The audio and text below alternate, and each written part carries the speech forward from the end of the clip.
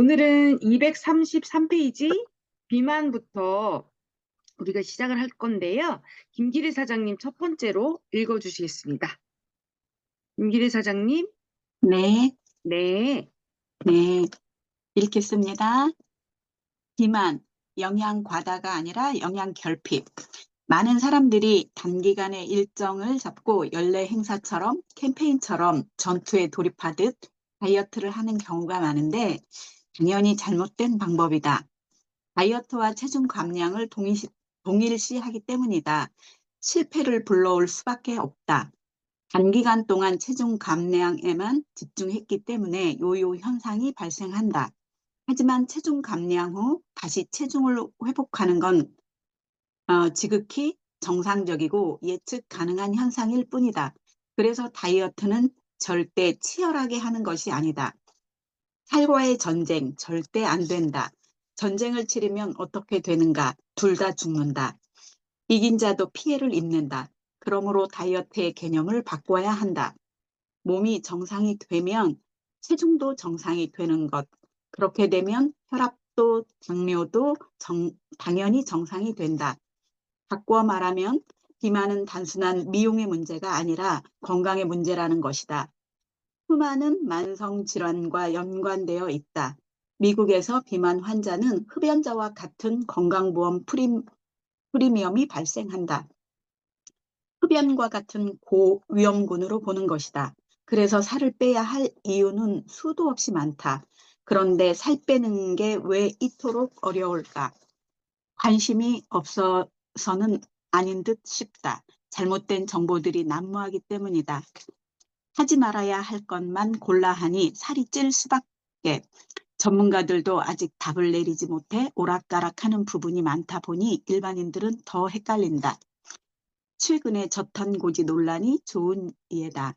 일부 의사는 저탄고지를 지지하는 반면 대한비만학회를 비롯한 5개 의학회에서는 반대 성명을 내놓을 정도로 의견이 다르다. 이렇듯 환자들은 연구자, 의사, 영양학자, 과학자에 대한 신뢰가 크지만 질병이나 인체에 대한 인류의 이해도는 아직 낮다. 아직도 모르는 게 훨씬 더 많다. 지식의 한계가 있고 전문인들도 편향된 정보를 접하다 보니 한쪽으로 치우치는 경우가 많다.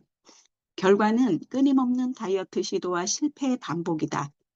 다이어트 산업은 계속 흥하고 사람들은 점점 뚱뚱해져 가는 사회가 된 것이다.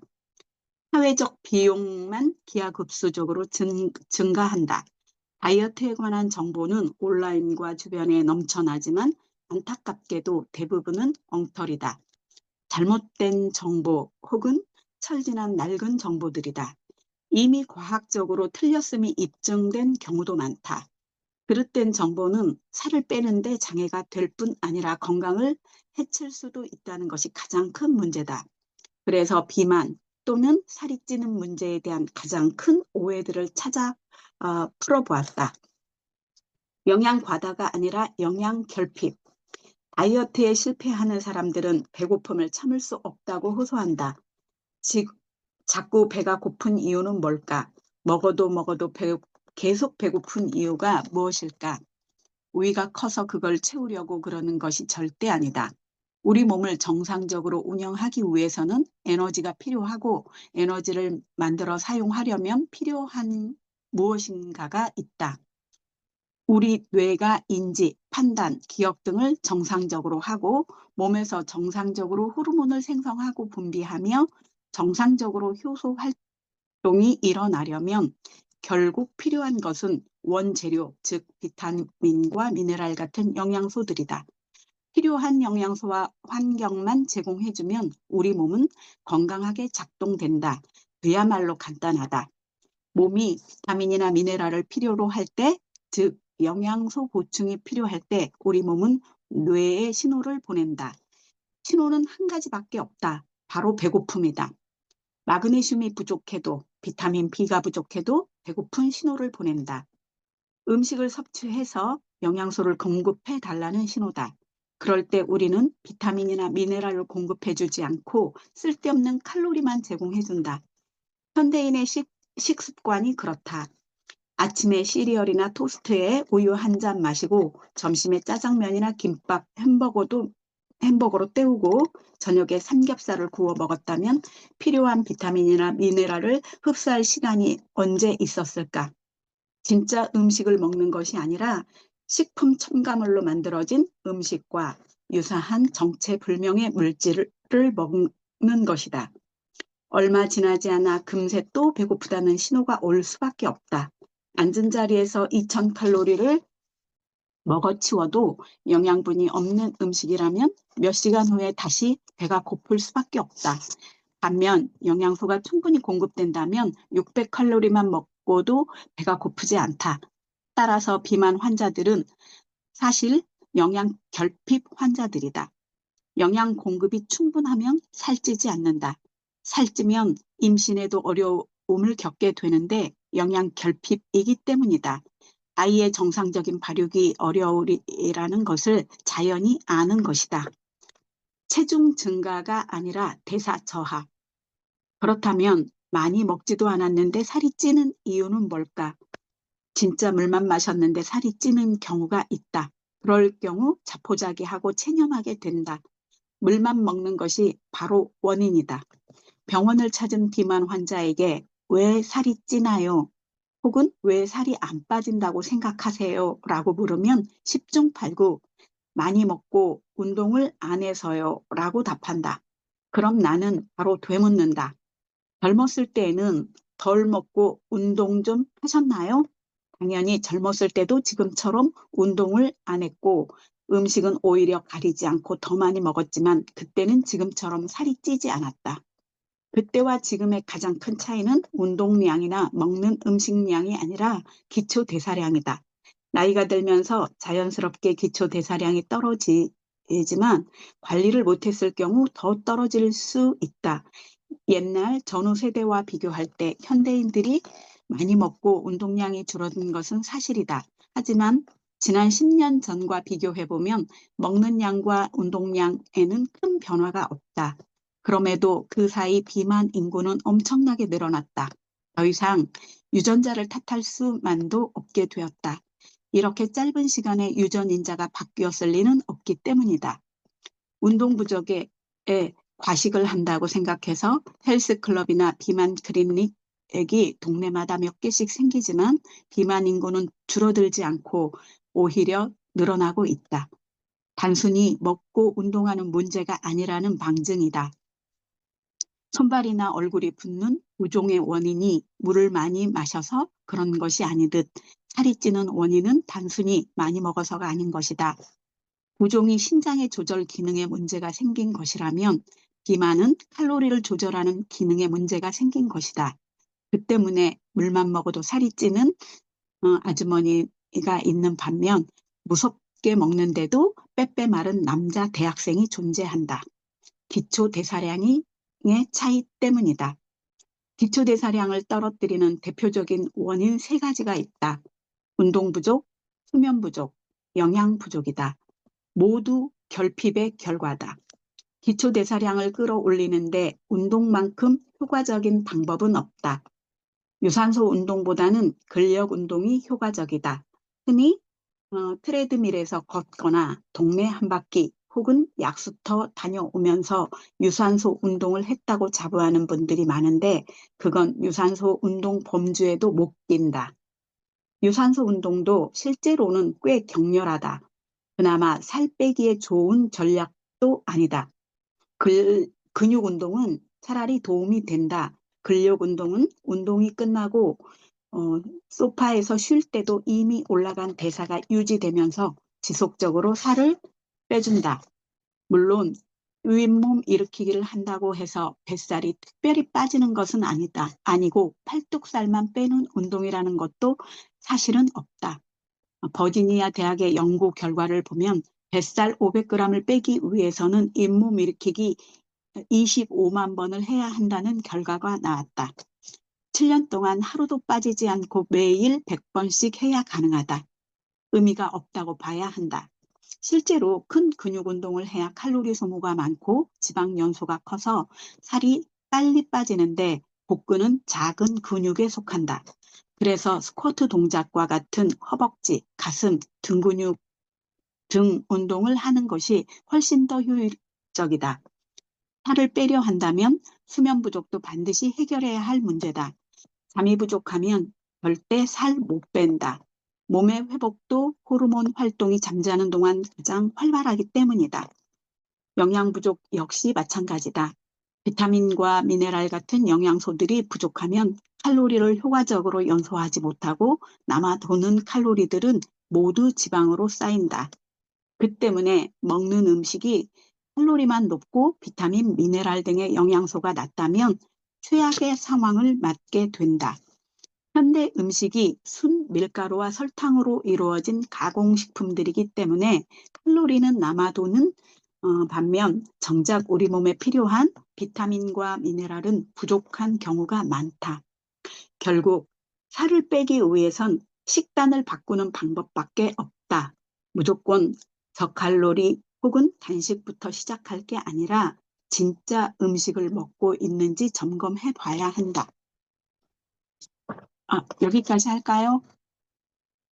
네, 감사합니다. 김규래 사장님. 네, 다음 239페이지. 백미경 사장님 괜찮으세요? 네, 네, 시작할게요. 네. 칼로리가 아니라 호르몬. 칼로리를 세는 것은 무의미하다. 칼로리가 어디에서 왔느냐에 따라 모든 것이 달라지기 때문이다. 똑같은 100칼로리라 해도 지방, 설탕, 단백질의 100칼로리가 모두 다르다. 가공식품의 100칼로리는 두말할 것도 없다. 칼로리에만 집중하다 보면 간과하는 것이 있는데 바로 호르몬이다. 호르몬 컨트롤이 안 되면 살을 빼는 건 거의 불가능하다. 호르몬은 우리 몸뿐만 아니라 정신까지 다스린다. 내 안에 헐크도 있고 로맨티스트도 있고 아이를 키우는 사랑, 모성애 등 다양한 감정이 들어있다. 여성의 경우 생리 전에 의도치 않게 다중인격이 되어버리는 그런 것들이 다 호르몬이 하는 일이다. 출산 후 살이 찌는 경우가 많은데 이 역시 호르몬 변화가 많아져서 생기는 일이다. 자궁과 골반이 벌어져야 하고 젖이 나와야 하고 아이한테 강한 애착이 생겨야 하는데 이것을 다 호르몬이 하기 때문이다. 호르몬은 엄청난 일들을 해내지만 불과 몇 방울에 불과한 극소량으로도 충분하다. 무서운 존재다. 호르몬에 영향을 주는 요소들은 잠, 스트레스, 먹는 음식, 운동 등이 있다. 그 중에 운동이 가장 영향력이 적다. 그러면 어떻게 호르몬을 극복 관리할까? 강남에 있는 메디컬 부티크나 성형외과, 피부관리실 같은 데 가서 호르몬 주사를 맞으면 될까? 주사를 통해 함부로 호르몬 체계에 관여하는 것은 당연히 좋은 접근이 아니다. 호르몬은 서로 신호를 주고받으며 밀접하게 연결되어 있기 때문이다. 따라서 호르몬을 관리하는 것은 말처럼 쉬운 일이 아니다. 내분비 계통은 자율신경계여서 우리가 컨트롤할 수 있는 영역이 아니기 때문이다. 다만 먹는 음식과 생활 습관을 통해 호르몬 분비와 억제에 영향을 줄 수는 있다. 살이 찌고 빠지는데 관여하는 호르몬은 수도 없이 많다. 그 중에 밀접하게 관련이 있어 알아두면 좋을 몇 가지 소개하면 다음과 같다. 아디포넥틴이라는 호르몬이 있다. 체지방을 태워 에너지로 쓰라고 명령하는 호르몬이다. 우리 편이다. 이 말은 우리 몸이 이 호르몬을 충분히 분비하지 못할 경우 살이 찐다는 뜻이다. 연구 결과를 보면 혈중 아디포넥틴 농도가 높을수록 날씬하고 살찐 사람들은 이 호르몬 수치가 낮은 것으로 나타났다. 문제는 살이 찔수록 이 호르몬의 분비도 낮아져서 한번 찌기 시작하면 가속화된다는 것이다. 한번 살이 찌면 빼기 어려운 이유가 여기에 있다. 그러면 아디포넥틴을 늘리는 방법은 있을까? 간단한 방법이 있다. 마그네슘 섭취를 늘리는 것이다. 약국에서 쉽게 구할 수 있는 영양제이며 가격도 저렴한 편이다. 음식으로는 호박씨와 이 푸른 채소에 많이 들어있고 견과류와 해조류에도 많다. 또 다른 방법으로는 간헐적 단식을 통해 아디포넥틴의 분비를 증가시킬 수 있다. 두 번째 호르몬은 그렐린이다. 일명 공복 호르몬이라고 해서 밤늦게 냉장고에 달려가게 하거나 배달 음식 시켜 먹게 하는 호르몬이다. 악당이다. 특히 밤늦은 시간, 최악의 시간대에 왕성해지는 식욕의 주범이다. 뭐든 한 가지 먹고 싶은 음식에 꽂히게 만드는 식탐의 원인이다. 그렐린은 뇌에서 작용하기 때문에 음식 중독, 특히 단 음식 중독을 야기한다. 그렐린 분비가 증가하면 살을 빼는 것은 한마디로 불가능하다. 우리 몸이 며칠 굶으면 그렐린이 엄청나게 분비되어 아무리 비위 약한 여성이라도 쥐도 잡아먹을 수 있게 만드는 호르몬이다. 그래서 무작정 덜 먹는 다이어트나 대책 없이 굶으려는 시도는 이 호르몬 때문에 망칠 수밖에 없다. 하지만 그렐린 분비를 낮추는 법은 간단하다. 잠이 모자라면 그렐린 분비가 상승한다. 따라서 하루에 6 내지 8시간 수면이 꼭 필요하다. 그리고 아침에 카페인이나 에너지 드링크로 시작하면 절대 안 된다. 그렐린과 정반대되는 작용을 하는 호르몬이 있다. 바로 렙틴이다. 일명 식욕 억제 호르몬이다. 다이어트하는 입장에선 고마운 호르몬이다. 왠지 어감부터 렙틴은 캡틴 아메리카를 연상시키면서 우리 편이란 느낌이 강하게 들고 반대로 그렐린은 이름에서부터 악당의 향기가 난다. 그래서 외우기도 쉽다. 처음 렙틴의 존재를 발견했을 때 렙틴을 복용하거나 주사해서 식욕을 억제시키는 방안이 연구되었다. 하지만 인위적으로 렙틴을 주입했을 때 식욕 억제 효과는 일어나지 않았다. 렙틴 수용체가 반응하지 않기 때문이다. 호르몬들은 주로 이런 식이다. 즉, 현재로서는 인위적으로 렙틴의 양을 늘릴 수 없다. 하지만 렙틴의 분비를 막을 수는 있다. 가공식품의 감미료로 사용되는 콘 시럽, 즉 액상과당을 먹으면 렙틴의 분비를 막기 때문에 먹은 뒤에도 여전히 배가 고프게 된다. 식품업계가 뒤늦게 이 사실을 우연히 발견하고 쾌재를 불렀다. 사람들이 먹고 나서도 배가 고파 음식을 더 찾는다니 꿈이 현실로 이루어진 셈이다. 그렐린과 렙틴 수치가 동시에 높을 수는 없다. 하나가 높아지면 다른 하나는 낮아진다. 많은 호르몬들이 이런 식으로 작용한다. 대표적인 것이 남성 호르몬 테스토스테론과 여성 호르몬 에스트로겐이다. 둘의 수치는 동시에 올라갈 수 없고 상호 균형을 이룬다. 에스트로겐은 살을 찌우고 테스토스테론은 근육을 키운다. 살이 찌고 빠지는데 직접적으로 가장 큰 역할을 한 호르몬인 인슐린이다. 당뇨병으로 유명한 바로 그 호르몬이다. 인슐린 자체가 문제되는 것이 아니라 인슐린 저항이 문제다. 포도당은 중요한 영양소이지만 혈관에 있으면 안 되는 영양소다. 염증을 일으켜 혈관벽을 망가뜨리고 신장, 모세혈관에 끼면 신부전을 일으킨다. 발의 모세혈관에서 문제를 일으키면 족부괴사, 눈의 모세혈관에서 망막 손상을 일으킨다.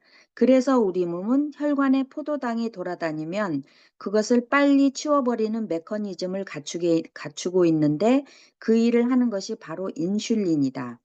인슐린은 어떻게 해서든 혈관의 포도당을 처리해야 하므로 사용하지 못하고 남아도는 포도당을 간이나 지방세포에 밀어넣는다. 인슐린이 살을 찌우는 것은 맞지만 자기 할 일을 했을 뿐이다. 인슐린 저항을 되돌릴 수 있는 가장 쉬운 방법은 굶는 것이다. 간헐적 단식을 통해 인슐린 저항을 되돌릴 수 있다. 사과식초나 감식초도 도움이 된다. 화학식초가 아닌 직접 발효해서 만든 진짜 식초만 해당된다. 인슐린 저항이 있는 환자들이 고탄수화물 식사를 할 때 식초를 같이 먹으면 혈당을 낮추는 효과가 있다. 혈당약을 먹는 당뇨 환자도 고려해 볼 만한 것이 처방약과 비교했을 때 아무런 손색이 없다. 부작용도 없기 때문에 더 안전하다. 마지막 호르몬은 스트레스 호르몬으로 잘 알려진 코르티솔이다. 호랑이가 쫓아오는 것 같은 긴박한 상황에서 증가하는 호르몬이다. 순간적으로 긴박한 상황에서 우리 몸의 기능을 반짝 끌어올리는 요긴한 호르몬이지만 현대인의 지속적인 스트레스 상황이 조금 다르다. 우리가 보통 겪고 있는 스트레스는 일시적인 것이 아닌 만성적인 스트레스로 건강한 스트레스가 아니다. 그리고 호랑이에게 쫓겨 달아날 때와 같은 폭발적인 운동량이 동반되어야만 코르티솔이 해소되는데 현대인들은 그런 운동을 하지 않는다. 당연히 만성적으로 코르티솔 증가 상태에 놓이게 된다. 만성적인 코르티솔 증가는 몇 가지 부정적인 영향을 끼치는데 첫째가 코르티솔이 증가하면 식욕이 함께 증가하는 것이다. 먹는 걸로 스트레스를 푸는 경우가 바로 그 예다. 둘째, 코르티솔은 에너지를 사용하기 위해 근육을 파괴한다. 근육이 파괴되면 지방 대비 근육량이 낮아져 기초 대사량이 감소한다. 기초 대사량 저하로 인해 살이 찐다. 셋째, 코르티솔은 유난히 복부 지방을 증가시킨다. 코르티솔이 증가하면 여성 호르몬 에스트로겐이 함께 증가하는데 에스트로겐 역시 살을 찌우는 호르몬이다. 여성이 남성보다 지방이 많은 이유다. 그런데 유난히 배에만 살이 찌게 된다.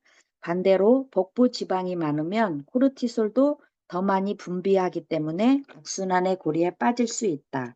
배가 나오는데 가속도가 붙는다. 다행히 코르티솔 역시 돈 안 들이고 낮추는 방법이 몇 가지 있다. 운동이 그중 하나고 또 다른 방법은 복식호흡과 명상이다. 스트레스를 낮추기 때문이다. 다양한 복식호흡이 존재하지만 가장 쉬운 방법이 있다.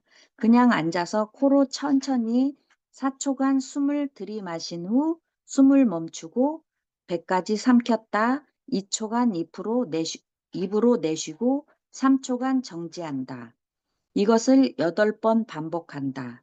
이것은 간단한 복식 호흡법이 스트레스 반응을 리셋시킨다. 뇌호흡이나 명상 같은 것들도 다 비슷한 이치다.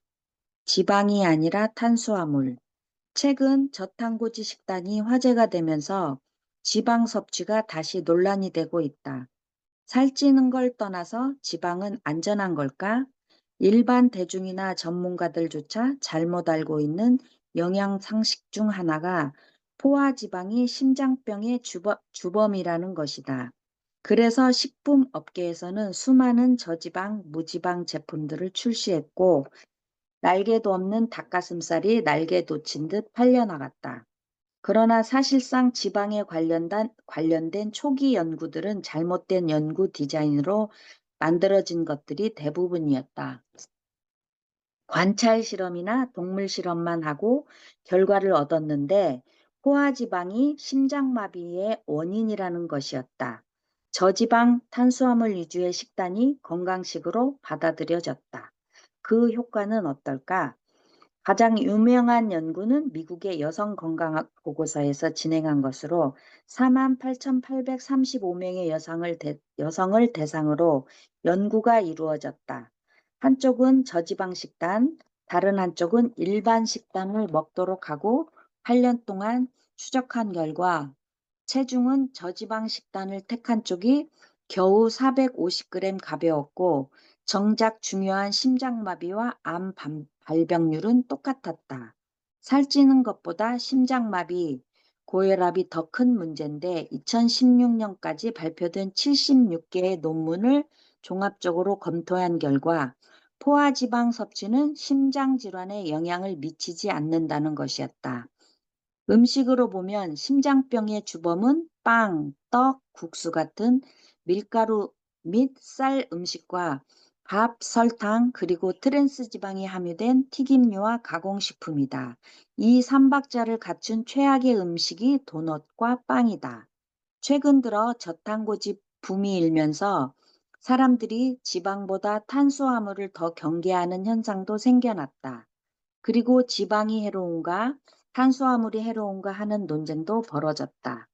의사들 사이에도 의견이 갈리고 있다. 과연 뭐가 더 위험할까?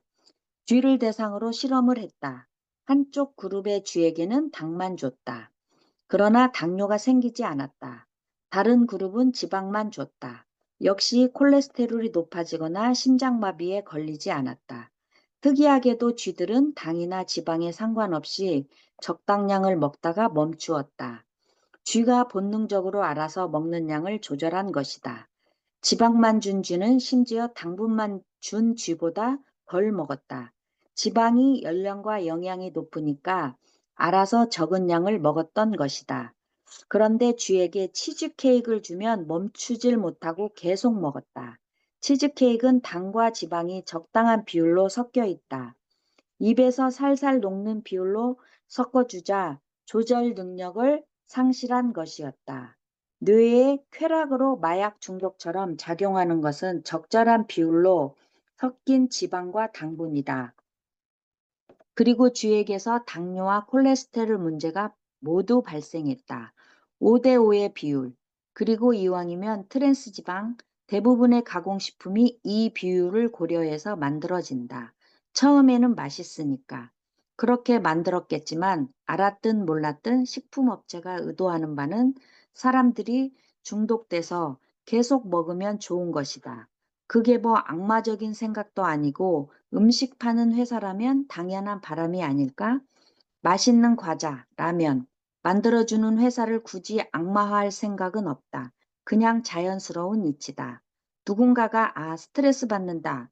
단 것이 땡겨. 라고 할 때 설탕만 퍼먹고 싶어 하는 사람은 없다. 그렇게 먹으라고 해도 못 먹는다. 정작 백설탕 한 사발에 숟가락 주며 먹으라고 하면 구토가 나와 못 먹을 게 뻔하다. 버터만 먹으라 해도 마찬가지다. 한두 조각은 먹겠지만 많이 먹을 수 없다. 그러나 적당한 비율로 섞고 거기에 소금까지 섞이면 정말 많이 먹을 수 있다. 그러니까 실은 가공식품에 중독되어 있는 것이다. 가공식품이 우리를 살찌우고 콜레스테롤 수치를 높이고 심혈관 질환을 일으키며 대사도 떨어뜨리는 것이다. 게다가 가공식품들에게는 발암성 가득한 식품 첨가물도 잔뜩 들어있다. 환자를 치료해야 하는 입장에서 다르게 이야기할 수 없다.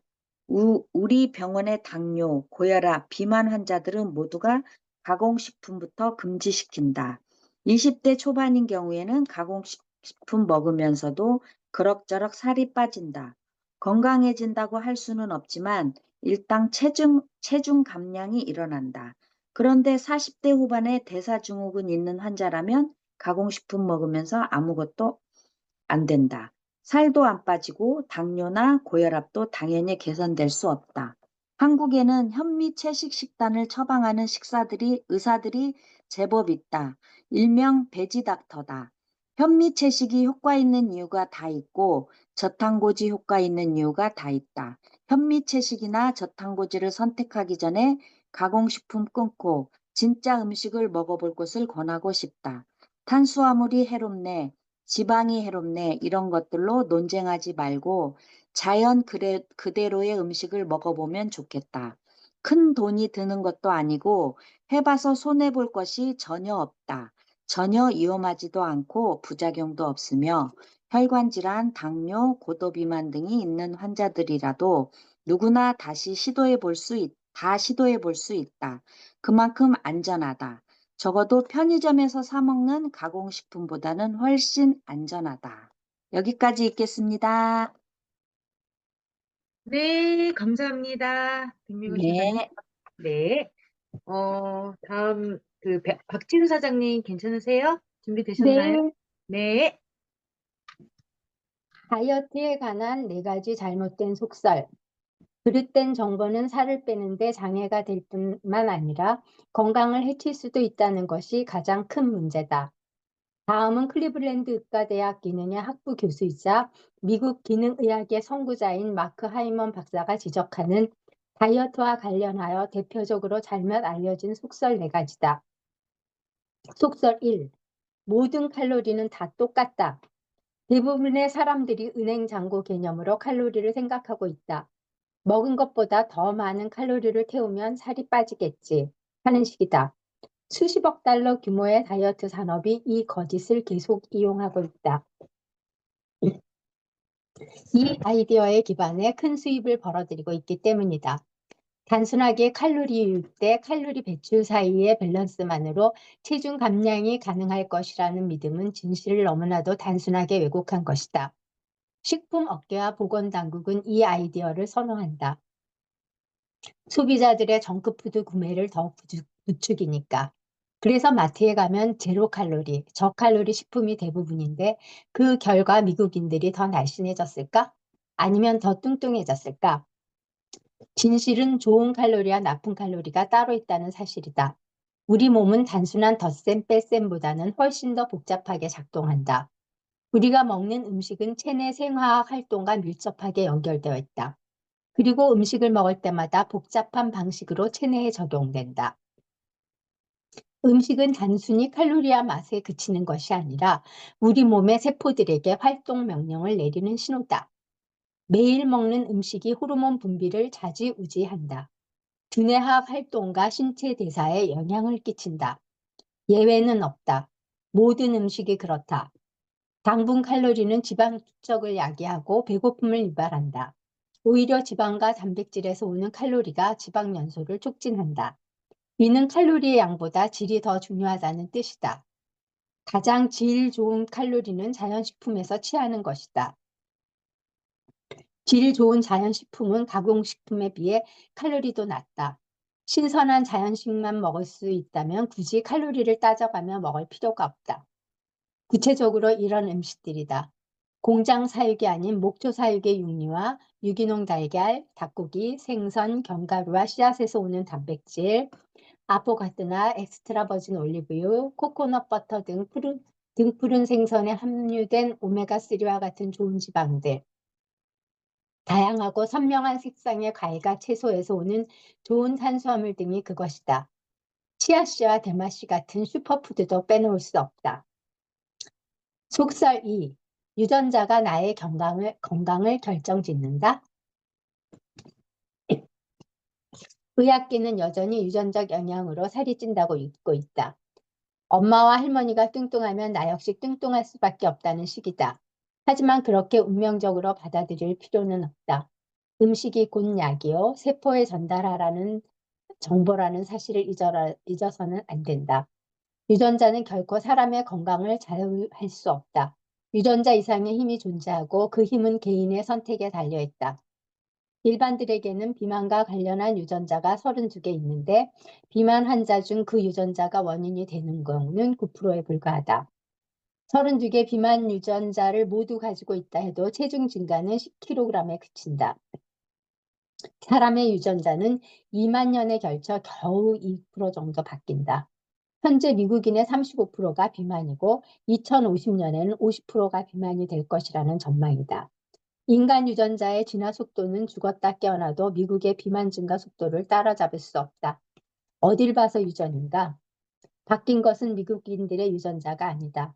1800년대 1인당 10파운드 당분을 소비하던 것이 현재 152파운드로 증가한 것이 눈에 띄는 가장 큰 변화다. 밀가루도 1인당 연간 146파운드나 소비한다. 약물 남용 수준의 고용량으로 증가한 당분과 밀가루 섭취가 대사를 망가뜨린 주범이다. 현대인들을 살찌우고 만성질환, 피로, 통증에 시달리게 만든 주범이다. 속설 3. 운동으로 불량식품을 이길 수 있다? 실컷 먹고 운동을 많이 해서 칼로리를 다 태워버릴 수 있다는 생각을 흔히 한다. 인체가 어떻게 작용하는지 조금만 이해한다면 이것이 얼마나 그릇된 생각인지 바로 알 수 있다. 식단의 변화 없이 운동만으로 살을 빼려 할 경우 실패는 불을 보듯 뻔하다. 그러나 운동을 안 하고 식단 변화만으로 살을 빼는 것은 오히려 가능하다. 계속해서 정크푸드를 먹으며 운동량만 늘릴 경우 근육량이 늘어난다거나 심폐기능이 좋아지는 식으로 건강해지긴 하겠지만 체중 감량 폭은 크지 않을 것이다. 예를 들어 600ml 탄산음료를 마셨다면 7.2km를 걸어야 탄산음료에 해당하는 칼로리를 태울 수 있다. 라지 사이즈 패스트푸드 세트 메뉴를 먹었다면 일주일 내내 매일 6.4kg씩 달려야 세트 메뉴만큼의 칼로리를 태울 수 있다. 그런 음식을 매일 먹는다면 매일 마라톤을 뛰어야 모든 칼로리를 태울 수 있다. 간단히 말해서 운동으로는 불량식품을 이길 수 없다. 그렇다고 운동이 쓸데없다는 말은 아니다. 운동은 중요하고 건강에 이로우며 누구에게나 꼭 필요하다. 하지만 체중 감량 면에서 봤을 때 운동만으로는 무리이고 운동과 함께 건강한 단백질, 지방, 채소가 풍부한 건강 식단이 필수다. 속설 4. 지방을 먹으면 살찐다? 이 말은 그냥 사실이 아니다. 완전히 틀렸다. 지방은 살을 찌게 하지 않을 뿐만 아니라 건강을 위해 너무나도 중요한 영양소로 지방이 오히려 살을 빼준다. 고지방식과 고탄수화물식을 비교한 연구가 있다. 고지방 식단을 유지한 그룹은 하루 평균 300칼로리 이상을 더 태웠다. 운동하지 않고도 1시간 동안 달린 것과 맞먹는 수준이다. 지방 섭취는 대사를 높인다. 반대로 당분, 탄수화물은 대사를 떨어뜨린다. 좋은 지방은 염증 반응을 낮추는 반면 탄수화물은 염증 반응을 높인다. 동물 실험에서는 고지방, 고단백 먹이를 먹은 쥐와 고탄수화물 먹이를 먹은 쥐를 비교했다. 고탄수화물을 섭취한 쥐는 근육량이 줄고 지방이 증가했다. 반면 고지방, 고단백질을 섭취한 쥐에게서는 근육량이 늘고 지방이 감소하는 것이 관찰되었다. 양쪽 쥐 모두 칼로리 숫자는 똑같았는데도 그런 차이가 있었다. 암, 사형 선고가 아닌 몸의 경고 신호. 암 진단을 받았을 때 환자가 취해야 할 가장 올바른 행동은 무엇일까? 전적으로 의료진을 믿고 병원 치료를 받는 것일까? 나는 감이 아니라고 말한다. 왜냐하면 그것은 나의 문제를 남에게 떠맡기는 태도이기 때문이다. 좋은 결과가 나올 리 없다. 전문가에게 맡기는 것이 최선이 아니냐고 반문할 수 있겠지만 좀 더 완벽한 세상에선 그것이 가능할지 몰라도 현재로선 아니다. 암 치료에 접근하는 방법은 미국과 독일이 다르다. 일본과 한국이 다르다. 국가마다 다르고 의사마다 다른데 어느 나라 어떤 의사에게 전적으로 맡긴단 말인가. 결국 최종적인 치료 선택의 부담은 환자에게 있을 수밖에 없다. 암 치료 병원을 고를 때와 가슴 성형 수술 병원을 고를 때 별 차이가 없다는 것이다. 자동차를 새로 사거나 하다못해 스마트폰 하나를 장만할 때도 이것저것 따져보고 시간을 들여 정보를 수집한다. 암 치료를 선택할 때도 그렇게 하라는 것뿐이다. 암 치료를 결정하는데 스마트폰을 살 때보다 덜 심사숙고한다면 뭔가 잘못된 그림이다. 이 메시지가 어려운가? 신이 정해준 절대적인 방법이나 온전한 과학이 제시하는 절대적인 방법이 존재하지 않는다면 환자는 신중해져야 한다. 게다가 자본주의적 이윤이라는 개념이 섞여 들어갔을 때 정보는 혼탁해지고 환자들의 혼란은 가중된다. 불신을 조장하려는 것이 아니다. 이 소중한 메시지를 자칫 잘못 이해해서 병원을 멀리하라는 말로 이해하는 독자가 없길 바란다. 환자에게 필요한 것은 보다 많은 정보, 치우치지 않은 공정한 정보, 그리고 다양한 치료 옵션에 대한 정보다. 불행히도 모두 다 환자에겐 쉽게 허락되지 않는 것들 뿐이다. 일반의 인식과 달리 대부분의 경우 암이 처음 발견되었을 때는 응급 상황이 아닌 경우가 많다. 따라서 전적으로 의료진에게 모두 내맡길 단계가 아니다. 총각을 다투는 응급실 내 상황에선 의사의 순간적인 판단력과 경험에 의존해야 하지만 암은 그런 상황이 아니다. 오히려 만성질환이고 대사질환이다. 자꾸 죽음이 연관되고 불안하고 다급한 나의 심리 상태가 반드시 응급 상황은 아닌 것이다. 그러니 환자 스스로 시간을 두고 관심을 갖고 연구를 시작해야 좋은 결과를 기대할 수 있다. 이는 너무도 당연한 진리다. 감이 아니라고 할 수 있는 사람은 단 한 명도 없다. 환자가 충분한 정보를 접했다는 가정 아래 본인의 치료에 대해 지적인 결정을 내리는 것은 지극히 당연한 일이다. 그것이 병원의 표준 치료가 되었건, 한방 치료가 되었건, 대체의학이 되었건, 민간요법이 되었건 상관없이. 왜냐하면 누구에게나 똑같이 효과가 나는 암치료법은 없기 때문이다. 개인의 체질이 제각각이고 개인이 처한 환경이 다르며 같은 간암이라 해도 암마다 성질이 다르기 때문이다. 모든 3기 간암이 똑같이 진행되지 않는다. 10개의 암이 있으면 10개의 암은 모두 제각각이다. 하지만 병원 치료는 획일화되어 있고 이를 표준 치료라고 부른다. 현대의학이 규정한 암 표준 치료는 단 3가지, 수술, 항암, 방사선이다. 그 외의 치료법들은 보통 병원에선 다루지 않고 암 전문의들 또한 이를 훈련받지 않는다. 환자들이 이 3가지 방법 외에 암 치료를 시도할 경우 담당 의사는 이를 저지한다. 검증되지 않았다는 것이 의사의 설명이다. 그렇다면 환자에게 허락된 암 표준 치료는 어떤 검증을 받았을까? 또 그 효과는 어느 정도일까? 미국 질병통제센터에 따르면 2016년 미국에서 새로운 암 진단 케이스가 168만 5천 건이 넘어갈 것으로 예측하고 있다. 같은 기간에 60만 명이 암으로 사망한다. 좀 더 피부에 와닿는 숫자로 환산하면 하루에 4,620명이 암에 걸리고 1,644명이 암으로 사망한다는 것이다. 9.11 테러 당시 무역센터 빌딩에서 2,996명이 희생당했다.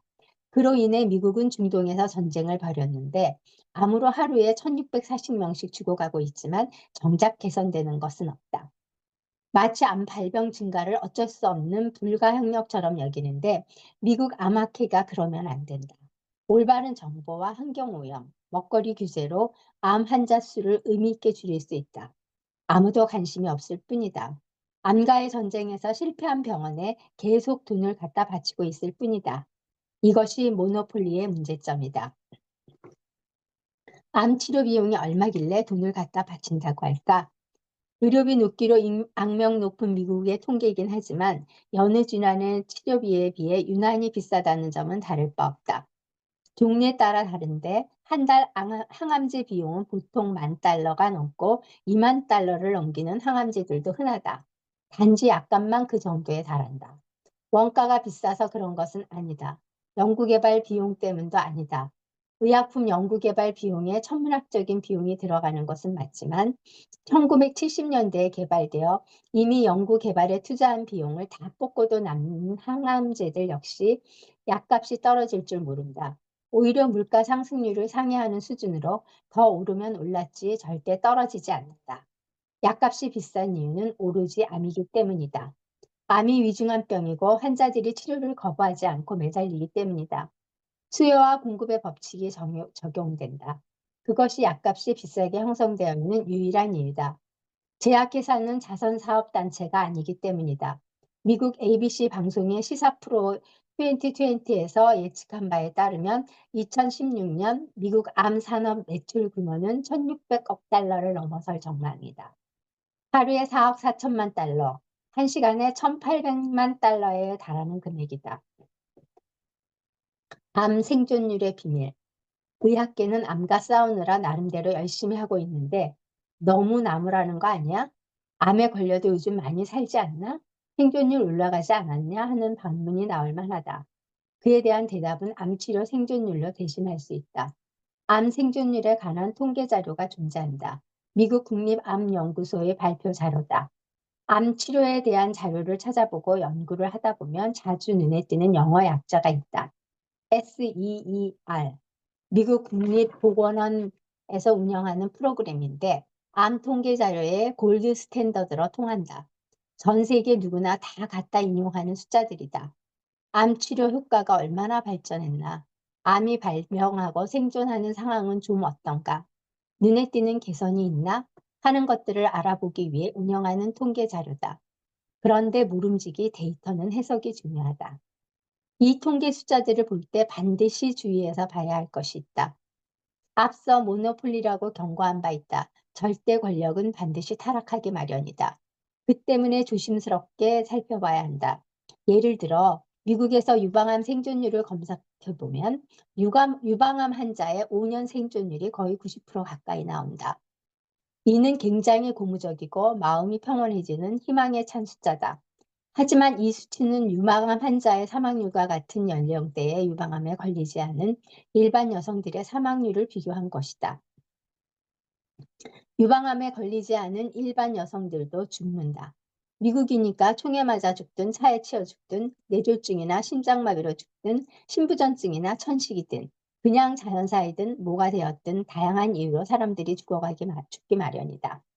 유방암 생존율이라는 것은 암으로 사망한 여성의 수를 암 이외의 다른 이유로 사망한 모든 여성들과 비교했을 때 암으로 죽은 여성의 비율이 89.7%라는 것이다.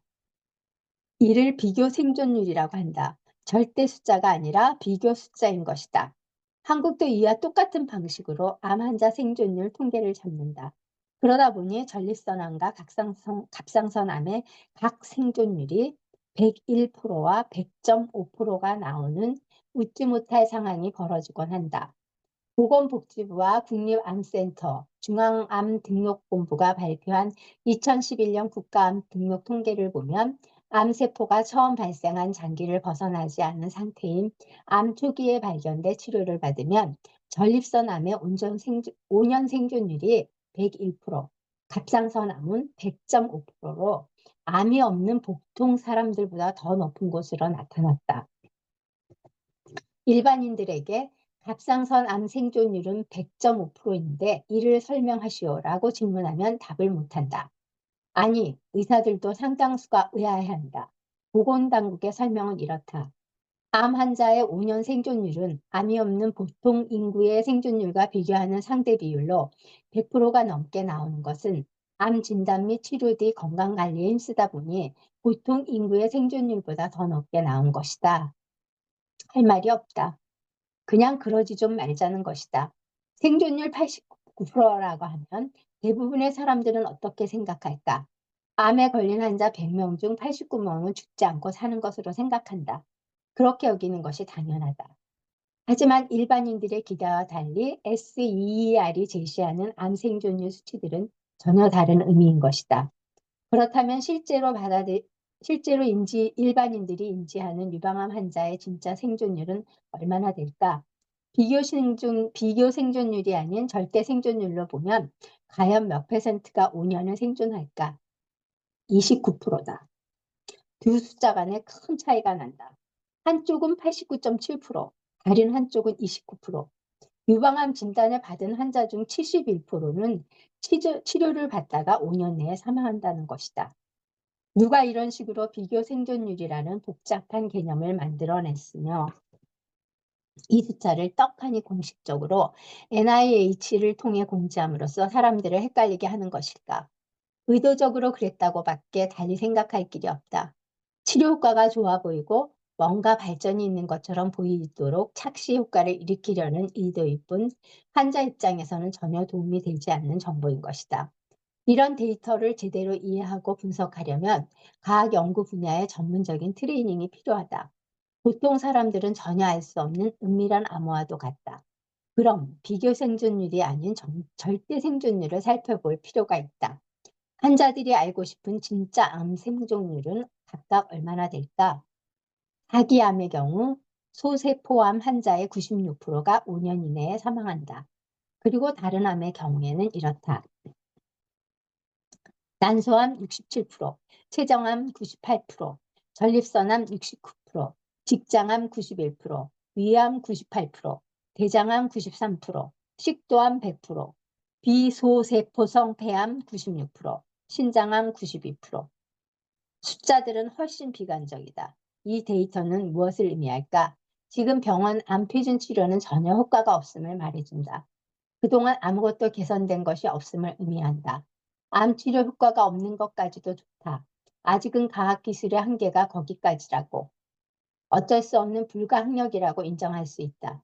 하지만 항암 치료를 받으면서 몸은 만신창이가 되고 돈은 돈대로 다 써서 재정적 파산을 맞고 있는데도 개선되는 것이 하나도 없다는 것이 문제다.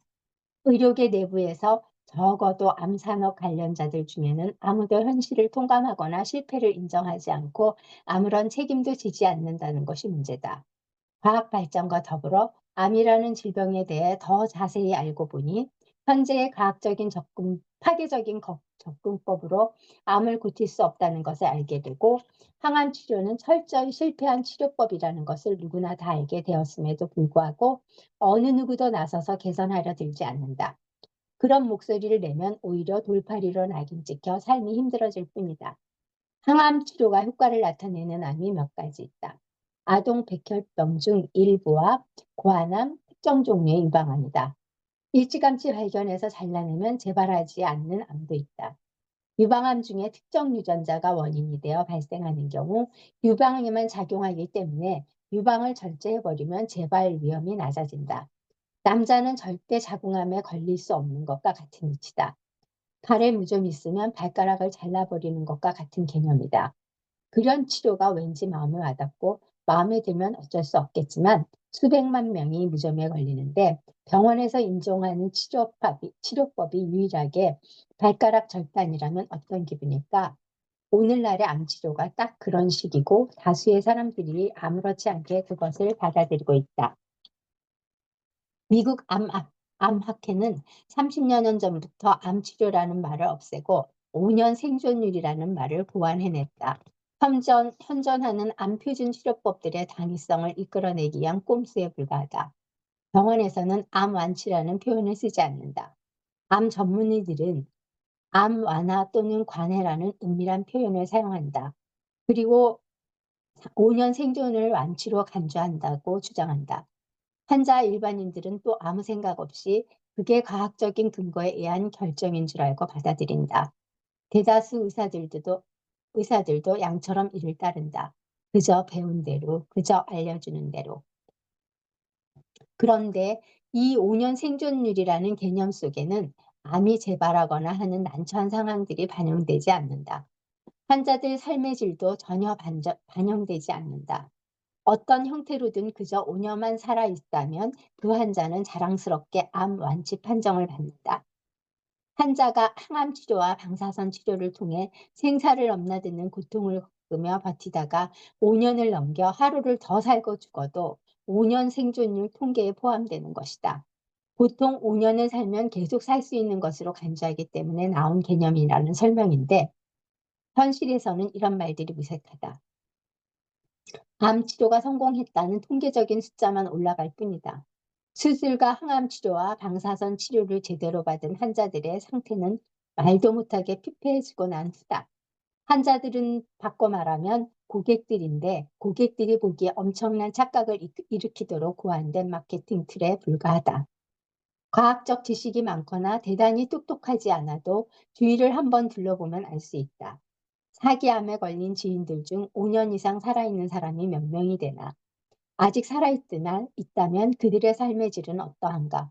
꼭 그렇게만 치료해야 하는가? 암은 대중요법으로 접근할 경우 환자에게만 엄청난 재난일 뿐이다. 무의미한 치료를 포기하라고 진심으로 환자를 위해 도움을 주는 의사에게 가족들은 병을 치료할 실력이 안 되니까 집으로 돌려보냈다며 비난하고 그를 고용한 병원으로부터 돈벌이를 못했다고 질타를 받는다. 하지만 필요 없는 수술이나 처치로 환자를 고통스럽게 하고 가족에겐 경제적인 부담을 안겨주면 가족은 환자를 위해 최선을 다했다며 그에게 감사 인사를 하고 병원도 그를 인정한다. 이것이 현실이다. 항암제 유통구조. 병원에서 항암 치료만 고집하는 이유가 오직 과학적 근거에 의한 결정이라고 믿는다면 평생 당하고 살 수밖에 없다. 늘 그렇지만 과학보다는 돈의 힘이 더 세다. 보통 사람들은 돈의 힘을 간과하고 과학을 가대평가하는 경향이 있다. 그러나 과학도 돈에 의존할 수밖에 없는 존재다. 현재 사회에서는 더욱더 두드러지는 현상이다. 미국 사람들이 잘 쓰는 명언이 있다. Follow the money. 돈을 따라가면 답이 보인다는 것이다. 그래서 항암제의 유통구조를 살펴볼 필요가 있다. 미국의 경우이지만 생각보다 많은 의미를 내포한다. MBC 방송의 나이틀리 뉴스에서 취재한 내용이다. 보통 병원에 가면 의사는 약을 처방만 해주고 환자는 처방전을 들고 약국에 가서 약을 구입한다. 편두통이 되었든 위상연유나 고혈압, 당뇨, 콜레스테롤이 되었든 종류에 상관없이 똑같은 구조로 진료를 받고 약을 처방받는다. 처방해준 의사는 약 판매 수익과 전혀 관계가 없다. 바로 의약 분업이다. 의사들은 약을 팔아서 차익 남길 생각하지 말고 환자에게 꼭 필요한 것만 처방하라는 의도로 생겨난 제도다. 합리적이고 좋은 제도다. 그런데 항암 치료는 조금 다르다. 약국에 가면 항암제가 없다. 항암제는 유일하게 암 전문의를 통해서만 구입할 수 있는 약제다. 항암제의 유통 구조는 이런 식이다. 암 전문의가 항암제를 제약회사로부터 2,000달러를 주고 주문한다. 그리고 환자에게 12,000달러에 판매한다. 의료보험을 통해 청구하면 보험회사가 일부를 삭감하고 약 9,000달러를 지급한다. 그런 9,000달러를 종합병원과 암 전문의가 반반씩 나눠 갖는 구조다. 항암제만이 유일하게 의사가 직접 이윤을 남길 수 있는 유일한 의약품이다. MBC에서 이 문제를 지적했다. 이해관계의 충돌이 발생하지 않겠냐는 것이다. 지극히 합리적인 질문이 아닐 수 없다. 환자가 믿고 의지할 수 있는 건 의사의 양심밖에 없다. 그동안 항암제가 남긴 기록을 보면 처참하게 실패했음에도 불구하고 여전히 암 치료의 맏형 자리를 차지하고 있는 이유다. 다 돈 때문이다. 아닌가? 현재의 시스템을 보면 병원은 암을 못 고쳐도 돈은 마음껏 벌어가는 구조다. 고혈압, 당뇨, 콜레스테롤 다 마찬가지다. 현대의학은 만성 질환 성인병을 너무너무 못 고친다. 환자가 망가져도 돈이 되니까 계속 나서는 것뿐이다. 이렇다 할 경쟁이 없다 보니 모노폴리가 가능하고 개선이 이루어지지 않는 것이다. 기술 개발은 일어나고 있지만 근본적인 패러다임은 바뀌지 않고 있다.